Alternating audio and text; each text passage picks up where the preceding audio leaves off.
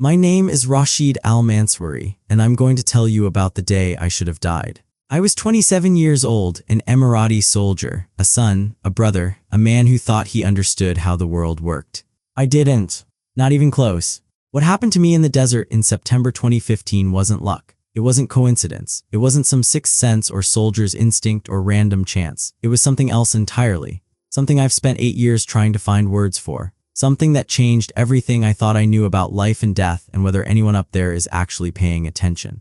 I'm going to tell you what happened because keeping it inside feels like lying. Because someone out there needs to hear that even in the middle of hell, even when death is 20 seconds away and you don't even know it, you're not alone. You're being watched, you're being moved, you're being saved by hands you can't see. If you've ever wondered whether God is real, whether he intervenes, whether he cares about individual lives in the middle of chaos and war and impossible situations, then maybe my story will give you the answer you're looking for. But I need you to understand something first. I wasn't some deeply religious man before this happened. I prayed because that's what you do. I believed because that's how I was raised. But real faith, the kind that changes how you see everything, I didn't have that. I thought faith was for old men in mosques and women who had time to think about eternity. I was young, strong, capable. I thought I controlled my own destiny. And then one morning in the Yemeni desert, 20 seconds of unexplainable intervention shattered every assumption I'd ever made about how this world works.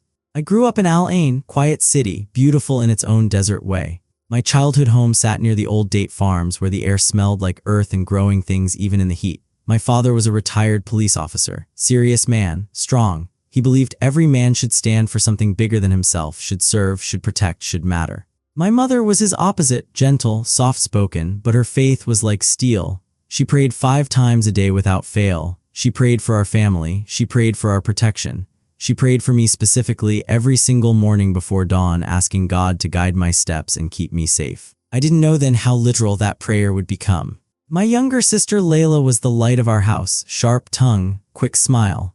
She used to tease me constantly, calling me brave but stupid whenever I talked about joining the military. She'd say, "Rashid, you're going to get yourself killed trying to be a hero."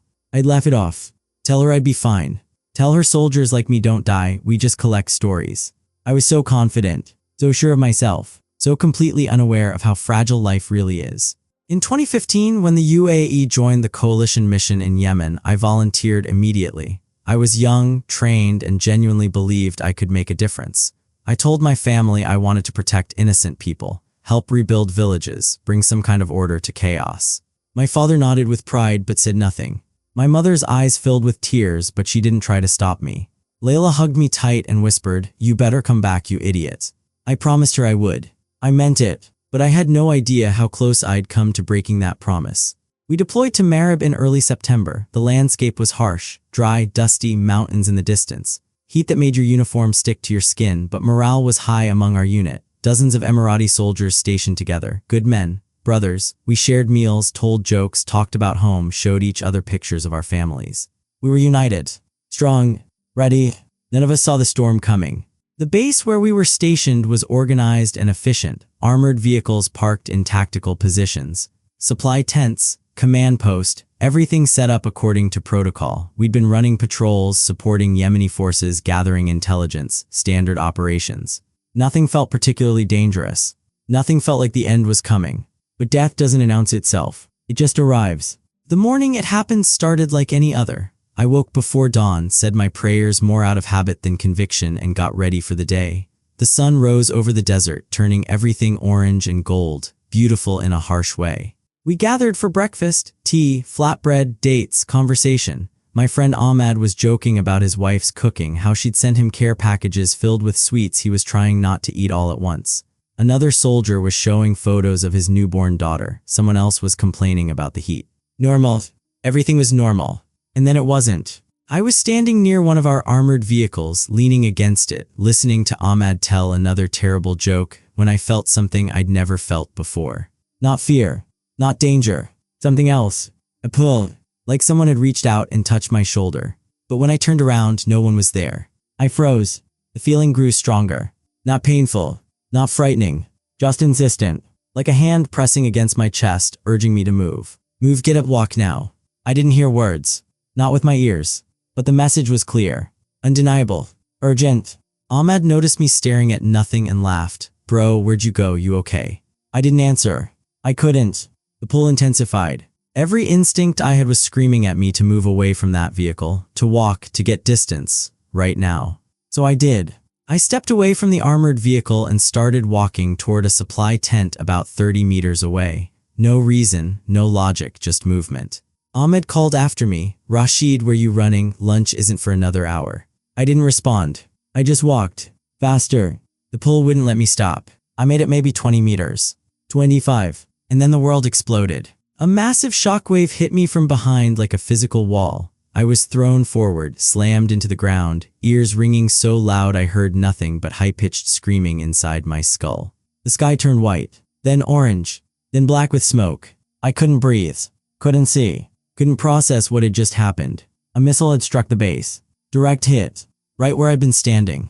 The armored vehicle I'd been leaning against 30 seconds ago was now a twisted, burning wreck. Men I'd been talking to, laughing with, sharing tea with were gone, just gone, erased in an instant. 45 Emirati soldiers died in that strike. 45 brothers, heroes, men with families waiting for them at home. I should have been number 46. I crawled behind a concrete barrier, choking on dust and smoke, trying to understand what had just happened. My ears rang, my vision blurred, blood ran down my face from somewhere. Around me was chaos. Screaming, fire, metal twisted into shapes that didn't make sense. The smell of burning fuel and something worse. I sat there in shock, staring at my hands, which were shaking violently. And then I felt it again.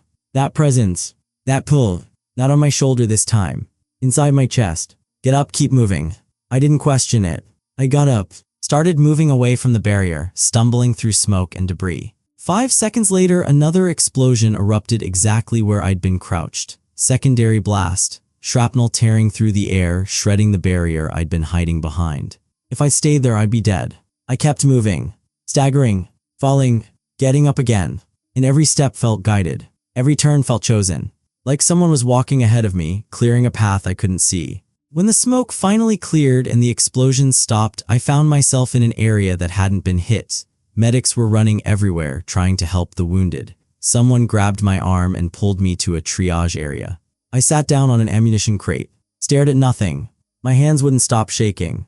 I was alive. Alive. When I should have been dead. When 45 of my brothers were dead. When the only reason I'd moved away from that vehicle was because something I couldn't see and couldn't explain had pulled me away. A chaplain visiting from another unit came and sat beside me hours later. He didn't say anything at first, just sat there while I stared at my blood-stained hands.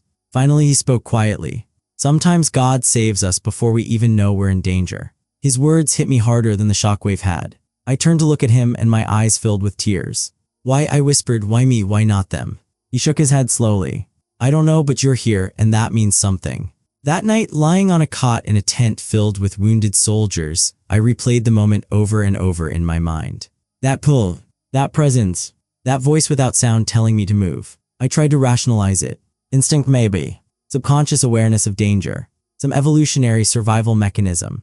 But none of that explained it. There was no sound, no warning, no visible threat. Nothing my senses could have picked up on. Just a feeling, a pull, a command that came from somewhere beyond myself. And I realized, lying there in the dark, listening to the groans of wounded men around me, that I'd been saved by something I didn't understand and couldn't control. I thought about my mother, about her prayers every morning before dawn, about how she'd grip my hands before I deployed and whisper, "May God guide your steps and bring you home." I thought about my father's quiet faith, about Layla's teasing that somehow always included, "I'll pray for you." I thought about all the times I'd gone through the motions of prayer without really meaning it. Without really believing anyone was listening. And I understood. God had been listening. He'd been watching. And at the exact moment I needed it most, he'd moved me. Not with thunder and lightning. Not with angels and trumpets. Just with a quiet pull. A gentle insistence. A loving hand on my shoulder guiding me away from death. Recovery was long. Painful. Not just physically. Emotionally. Nightmares. Guilt.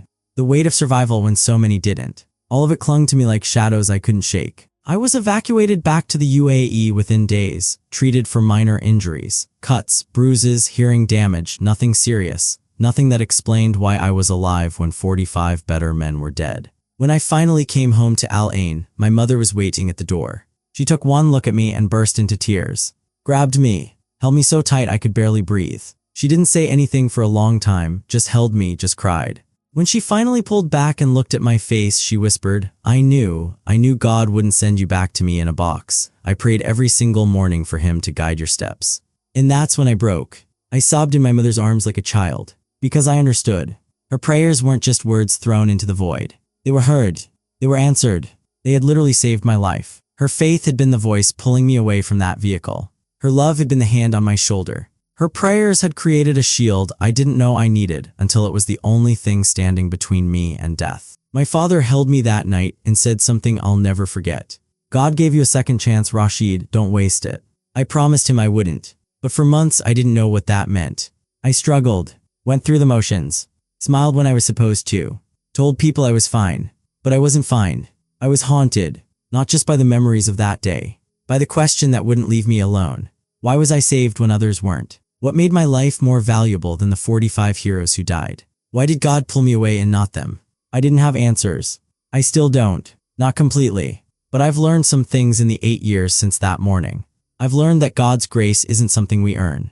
It's not a reward for being good enough or faithful enough or deserving enough. It's a gift. Unearned. Undeserved. Freely given. I've learned that survival comes with responsibility. I'm alive for a reason. Maybe not one grand, obvious reason. Maybe lots of small reasons I'll discover over time. But my life isn't just mine anymore. It's on loan. A second chance I have to steward. I've learned that miracles don't always look like what we expect. No burning bush. No parted sea. Just a quiet pull. A gentle insistence. A voice without sound. But it was no less miraculous. No less divine.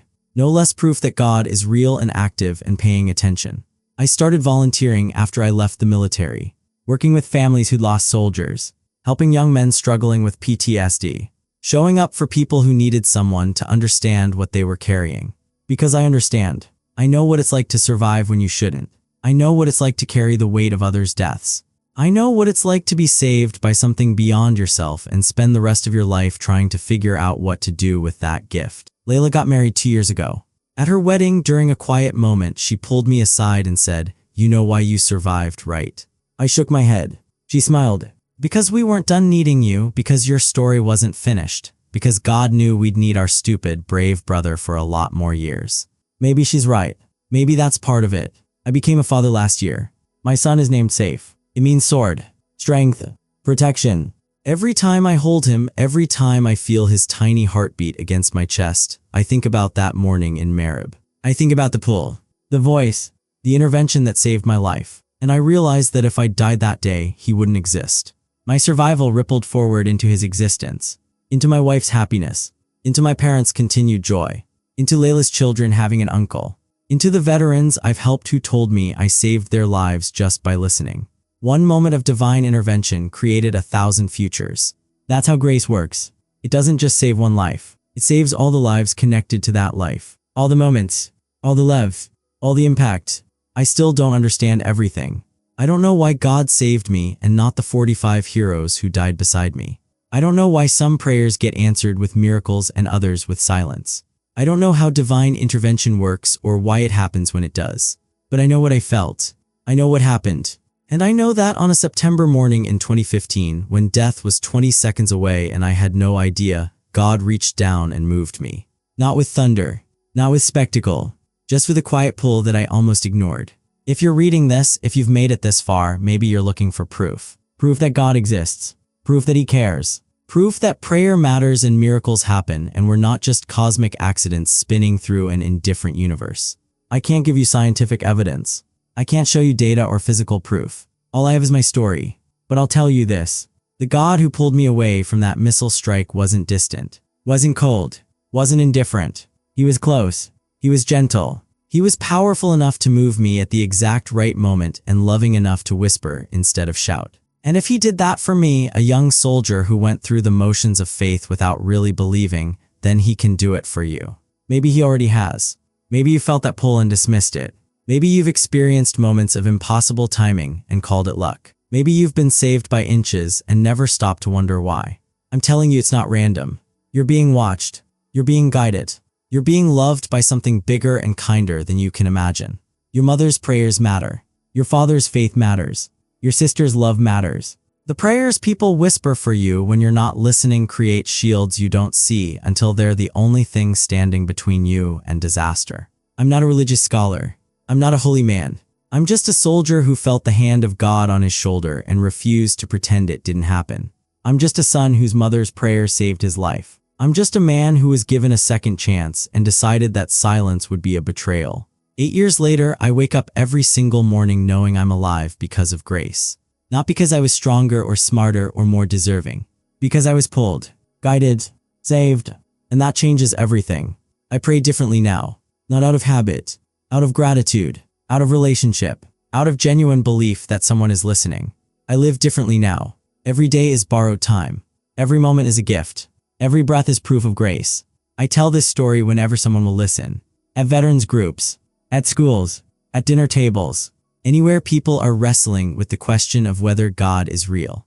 Some people believe me. Some think I'm exaggerating. Some smile politely and change the subject. But others lean in close and tell me their own stories. The car accident they survived by inches. The job they didn't get that saved them from disaster. The random phone call that came at exactly the right moment. The feeling that told them to take a different route home. And we recognize each other.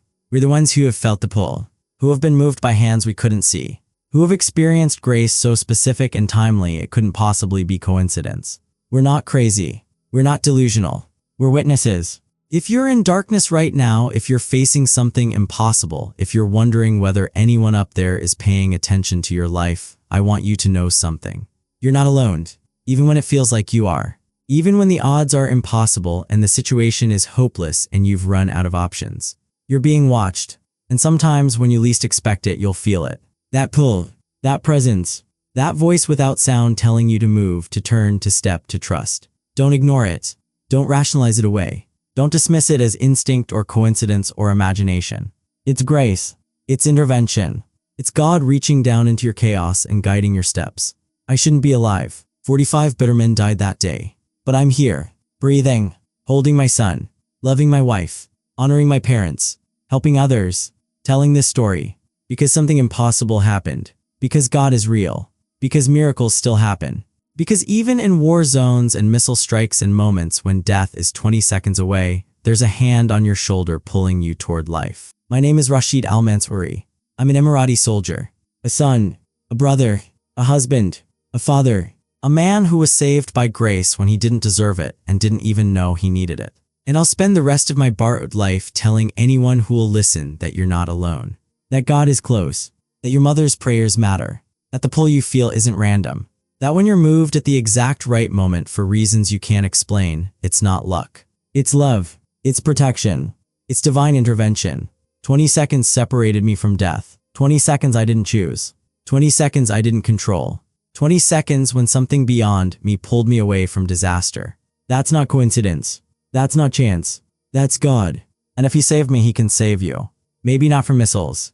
Maybe from something else. Depression, addiction, despair, loneliness, whatever darkness is hunting you. He sees it. He sees you. And when the moment comes when death or disaster is 20 seconds away and you don't even know it, He'll pull. Pay attention. Listen. Trust. Move when you're moved.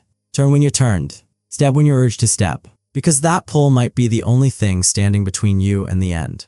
That's my story. That's my witness. That's my proof that God is real and active and paying closer attention than we ever imagine. 45 heroes died. I lived, not because I was better, because I was pulled. And I refused to waste that. I refused to stay silent. I refused to pretend it didn't happen. God saved my life. He can save yours too. You just have to be willing to feel the pull and trust enough to move. Even when it doesn't make sense. Even when you don't understand. Even when you're scared. Trust. Move. Live. That's what grace looks like. That's what miracles are. That's what happens when the God of the universe reaches down into your ordinary moment and whispers, "Not now, not yet, not this way. Move. I'm still here. Still breathing. Still telling the story. Still grateful. Still changed. Still convinced that the hand on my shoulder that morning was as real as anything I've ever touched. And I'll keep telling it. For as long as I have breath. For as long as someone needs to hear it. For as long as people are wondering if God is real. He is. I'm living proof. Rashid Al-Mansouri. Saved by grace. Pulled by love. Living on borrowed time. And spending every moment of it trying to honor the gift I was given. The gift of 20 seconds. The gift of a pull. The gift of life when death was right there waiting. That's my truth. Take it or leave it. Believe it or don't. But know that it's real. And know that the same God who saved me is watching you too. Waiting for the moment. Ready to pull. Ready to guide. Ready to save. You're not alone. You're not forgotten. You're not beyond reach. And when the moment comes, when you feel that pull, when something inside you says move even though it doesn't make sense, trust it. Because it might just save your life.